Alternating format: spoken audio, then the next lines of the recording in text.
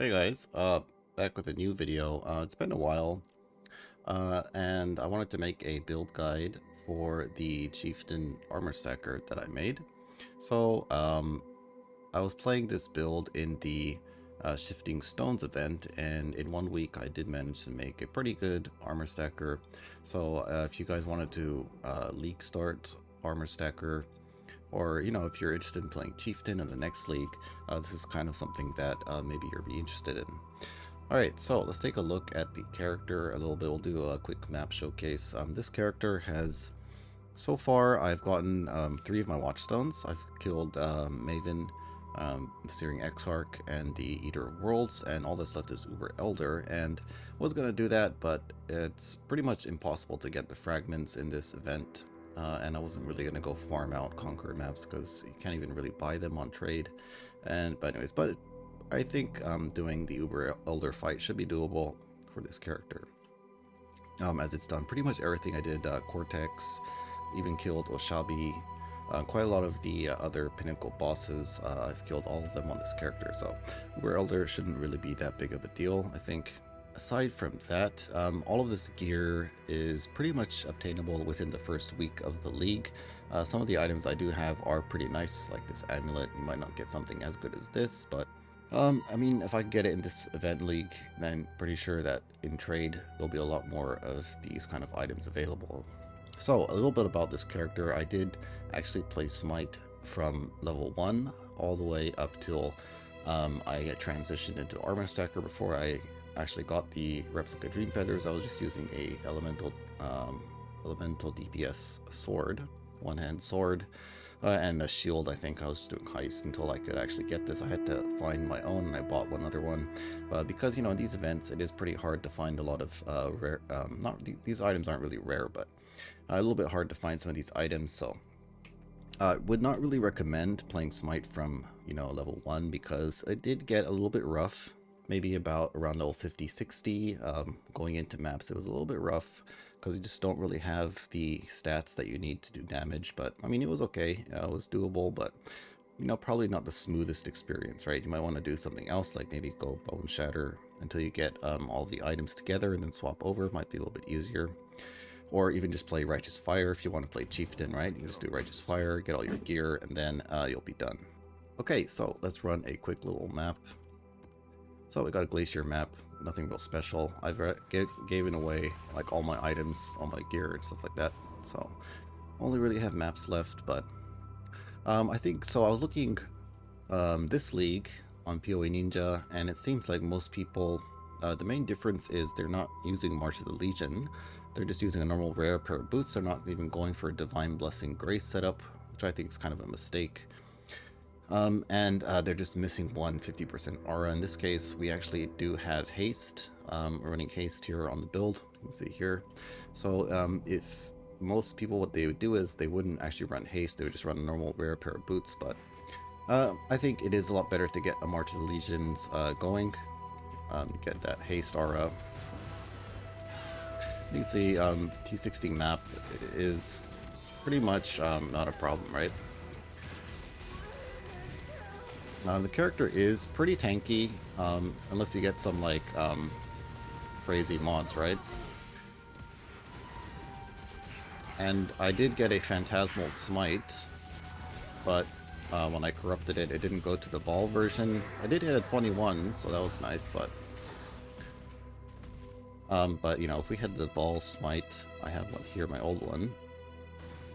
We get some souls. You can see that having the Vol version does make the clear a lot better. I'll definitely recommend keeping the Vol version because it does make things quite a lot better.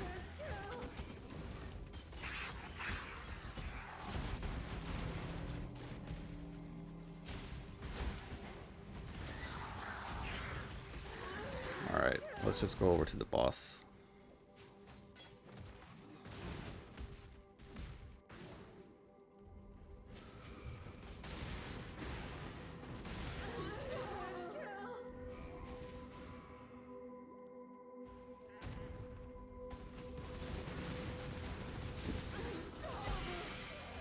Alright, so pretty easy. Okay, so pretty much your standard armor stacker setup here, using the 2 replica dream feathers. We got the calm spirit for the rage, march of the legion for the divine blessing grace setup, and we got a string of servitude for grace aura effect. There's a lot of other belt options you could possibly use, but this is what I ended up, I found a pretty nice one, so I'm just sticking with this. For the chest, until you can get a grasping mail, then you probably just want to have a normal rare body armor, and then just craft on stats, right, and mana reservation, and then some the Graviticus craft, right, for the Fizz taking as elemental. And then so Formula's Flame, this is going to be a pretty big damage increase once you do get a lot of fire resistance.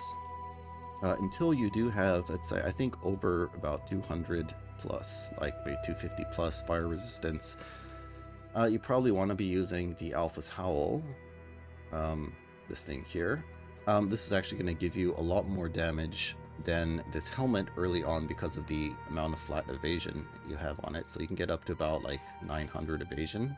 That's pretty much like a Jade Flask, right? So getting this helmet will also give you +2 to your aura gems and gives you 16% mana reservation. So early on, I suggest you actually run Alpha's Howl instead of the Formula's Flame until you get some better stats, right?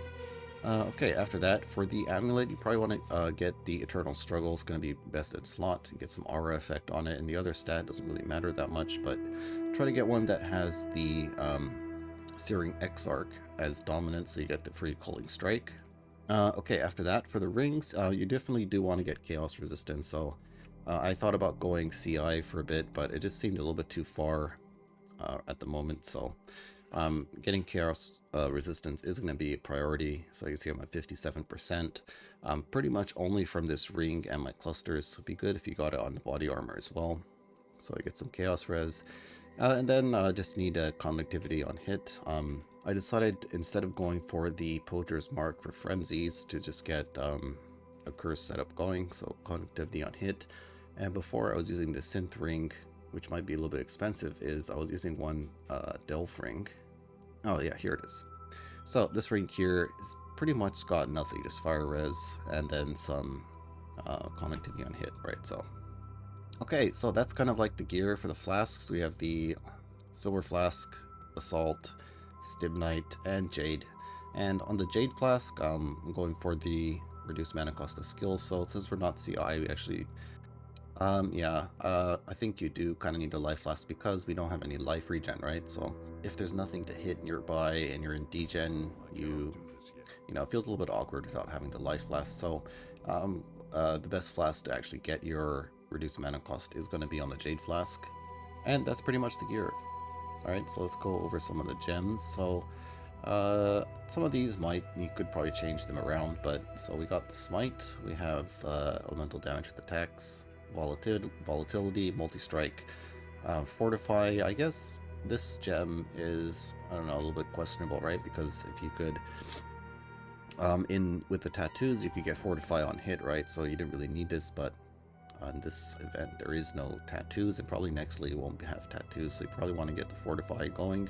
You can actually get it on a attack mastery or the fortify mastery, but it's like 1, 2, 3, 4, 5 points just for fortify, and you know, it's we're pretty point starved as it is, so just getting the fortify support seemed like to be a pretty simple solution, and it does give you 20% more damage, so not really the end of the world, right? Alright, and then Awaken Lightning Penetration. This gem should be a priority because you get the lightning exposure, right? So we don't really have a way to do lightning exposure in any other way. You would get it on your gloves, right? But we can't really do that with the unique gloves, so getting a Awaken Lightning Penetration level 5 is going to be a very big damage increase, like a huge damage increase. We'll look in PoB. Let's just see. So we're at 7.5 million DPS. If we take out the exposed to lightning, see we drop down to 6.9, so it's pretty big damage increase when you get the level 5 going. Okay, so that is the Smite. You can actually use the you know, added lightning damage and all that, maybe even ruthless support. You know, there's a lot of other supports you can use. but I wanted to get the exposure going, so it's kind of the links I settled on. But yeah, I'd say the main links that you want to keep is going to be the elemental damage attacks, volatility, and multi-strike. So these 4 are your kind of core links, and then the other 2 is you can kind of use whatever you want. Okay, so let's go over some of the auras. We got a Wrath, Vol Haste, Purity of Fire, Determination. So we are actually at 90 auras as well, and that's without a level 21 Purity. Pretty insane, right? We'll go over how we get that into like the aura breakpoints and that kind of stuff in a little bit when we jump into PoB. But so that's our first aura setup here. We got a Arrogance, Precision, and Leap Slam. So running Precision on our life because we do want to use a certain mastery to get +1 resistance. I guess you don't really need it because you can get the resistance mastery here, right? So +1 to all maximum resistance if you're equipped helmet, body armor, gloves, and boots all have armor, and they all do. So if you're running Alpha's Howl, you can't actually use this armor mastery. You'd have to go for the reservation mastery, which is +1 to all maximum resistances if you have reserved life and mana. So that's kind of what I was doing before, and that's why we have precision on our arrogance. And see, we are a little bit tight on mana. We could fit precision in on our mana if I did get some more what do you call it, small reservation clusters. Yeah, I'm running a few 2 passives. These could be switched to 3 passives, and then you could easily run precision on your mana instead of life. Alright, so we have level 1 vitality. So we're using this because of the Watcher's Eye mod. So I think probably the best Watcher's Eye mod for this is going to be a 25 life per enemy hit while affected by vitality. That's going to solve your sustain. I guess there is leech, right? We do have some leech life and mana leech in the build, but when you're taking quite a lot of damage, the leech might not be enough. So having the life on hit makes things feel a lot smoother. So I definitely recommend you get that Watcher's Eye with the life gain on hit.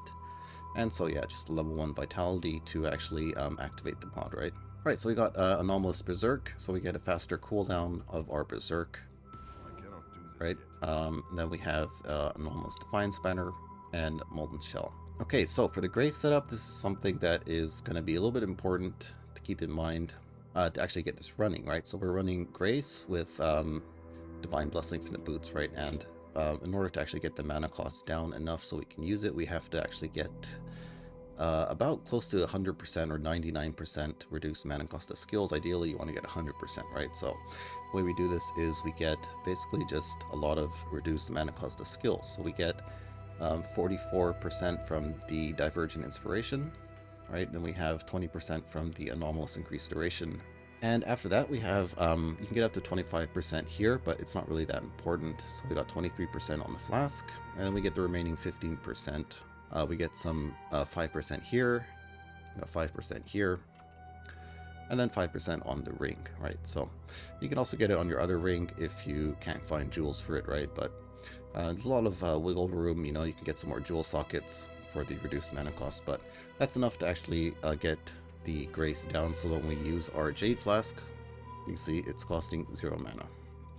Alright, so how does this feel if, what if you run on a flask charges? Like, what are you going to do? Well, with the gain 3 charges when you're hit by an enemy, it's pretty much going to be up whenever you need it. And if it's not up, there have been some situations where it was down, like on bosses and stuff like that. But, get hit a few times and you'll have enough charges to use it. So it's not really that much of a problem, I'd say. So that is the Grace setup over there. After that, so we have a Ancestral Warchief, Ancestral Protector, multiple totems set up. So we got both of our totems giving us quite a lot of damage. And that's pretty much the gem links, guys. Alright, so some other gems to kind of keep in mind is, so say if you run into a map where there's no leech, you can't leech mana and it's going to be kind of bad. So what I do is I just replace Precision with a Clarity, and that gives you enough mana regen to actually clear the map. So you can do no leech because we have the life gain on hit, right? So that's enough to get cover our life, and then Clarity just fixes the mana, right? Okay, so after that, Flame Dash. Be good to actually use this for bosses. So when I do like Shaper or Elder, Leap Slam isn't really that good for dodging boss abilities, so you can just swap in a flame dash for that, and it'll make the bossing quite a lot smoother. Alright, so I think that's pretty much all of the gems. Let's go over some of the, what do you call it, jewels and stuff, right? So, like I mentioned, we need 2 jewels with 5% reduced mana cost of skills. And ideally, some of the other mods you want, well, I guess one of them with Corrupted Blood. Getting accuracy, dex, intelligence, stats is going to make your life a lot easier because it is pretty hard to get enough dex and intelligence for this build. There is a lot of places you can get it, and at one point I was running like both of these dex nodes, and I was running this one here, and then I was even coming up here for the dex and int. This is a pretty nice area too, because you get like quite a lot of life, get some accuracy, movement speed, so but don't really need it anymore. I think once you get your brutal restraint, it's going to give you quite a lot of dex. That's the jewels. As for other stats, is going to be nice is obviously getting life, and then getting attack speed. Attack speed is going to be really good for damage. Accuracy, gain life hit. That's pretty cool, right? So you can get up to 6 life if you get on both your jewels. You can get another 6 life gain on hit. It's going to be pretty big for sustain. Okay, so that's kind of the jewels. And for a brutal restraint, I can't believe I found this in this event. It's pretty crazy. So we have 8% increased effective non-curse auras. Got another 8% increased effective non-curse auras, and then 8% increased effective non-curse auras, all on really good nodes as well. This is like, you know, the elemental node, on the life node, and then on the armor evasion, the armor energy shield node. It's pretty crazy. Timeless jewel found here. So you want to find one that you can fit maybe here. Here's another good place here. You got 2 nodes you can get here, maybe here too. This area too, there's like 2 places with some good nodes you can take. So just try to find one that you can fit in, maybe not really here, but yeah, probably over here or up here is going to be the best spots to actually find some good notables, and you're looking for aura effect. Right, so on the brutal restraint with the conqueror doesn't really matter, but good thing about the brutal restraint is it gives you a lot of dex. So all of these small nodes are going to be giving us dex, so that pretty much fixes all of your dex issues once you get one of these. Okay, so let's go over the cluster jewel. So for this event, pretty hard to find good clusters, but what I did was I got one attack cluster for Fuel the Fight, so we got our mana leech, and I'm leaving these 2 points open because I really want to get attributes and chaos res, right? So I guess normally you'd go for 2 notables, but in this case I wanted the attributes and the resistances, so only going for 1, right? So we got our mana leech, right? And then we got our attack life leech. Same kind of same thing here. We got some dex and int. And up here we have a lightning damage cluster with the scintillating idea, so we get some increased maximum mana. This is very nice for helping you fit in your auras like precision, vitality, and that kind of stuff, right? And then also we get some lightning pen, which is pretty big for damage. All right, so the same idea here. We get our stats, stuff like that. All right, small clusters, all introspection clusters. You can get 3 passives, enough 3 passives to fit in your auras, and then you can just go for 2 passives if you want, save some points. Ascendancy, we're just going up to get the fire res and then the ancestral call. And the Pantheons I'm using is going to be Brian King and Ralakesh. So yeah, that's pretty much it for the character, guys. I'll have a PoB linked in the description. And yeah, it turned out pretty good. Killed all the pinnacle bosses pretty much except Uber Elder, but like I said, it's pretty much easy to do, I think. Shouldn't be a problem. Unlocked pretty much the whole Atlas. Did everything. I think this character would excel at farming invitations. So if you want to get a invitation farmer for like conquerors or elder and that kind of stuff, really smooth. You can just go burst down the bosses. None of them can really kill you unless they have like triple physis elemental damage mods and that kind of stuff, right? And the character did turn out to be extremely tanky for the amount of time I spent, or investment I spent on it.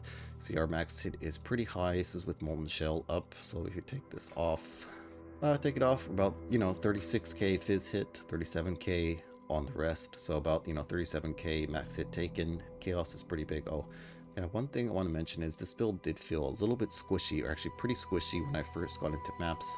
I had a very low chaos res. I was like at I think 10 plus 10 chaos res, right?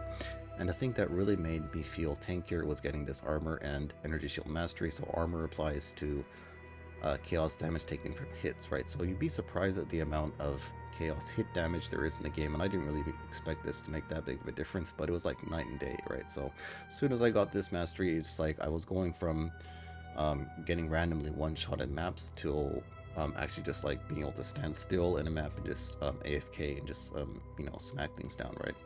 So definitely recommend you grab this as soon as you have the points for it. Okay, I think that's about it. Not really much to say. Sorry, my voice is a bit weird. I do have a little bit of a cold right now. Oh yeah, okay. One more thing.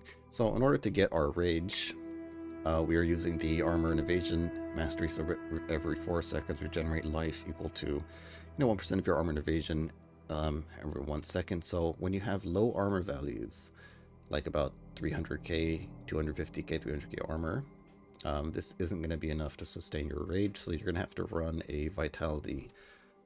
Right now I'm only running a level 1 vitality, but say before, when you're just starting out and you're running the Alpha's Howl, right?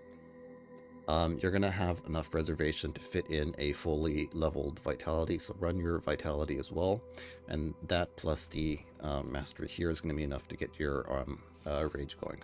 One more thing I keep forgetting. So how do we get to 90 all res?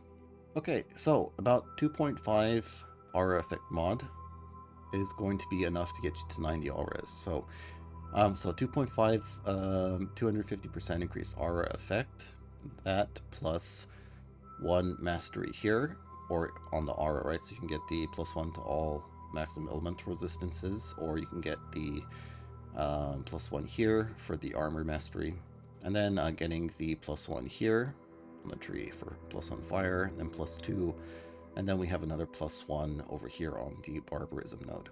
So that is enough to actually get you to 90 all res, and we're not even running a level 21. So once we do get a level 21, I think we should be able to drop, let's see, can we drop this?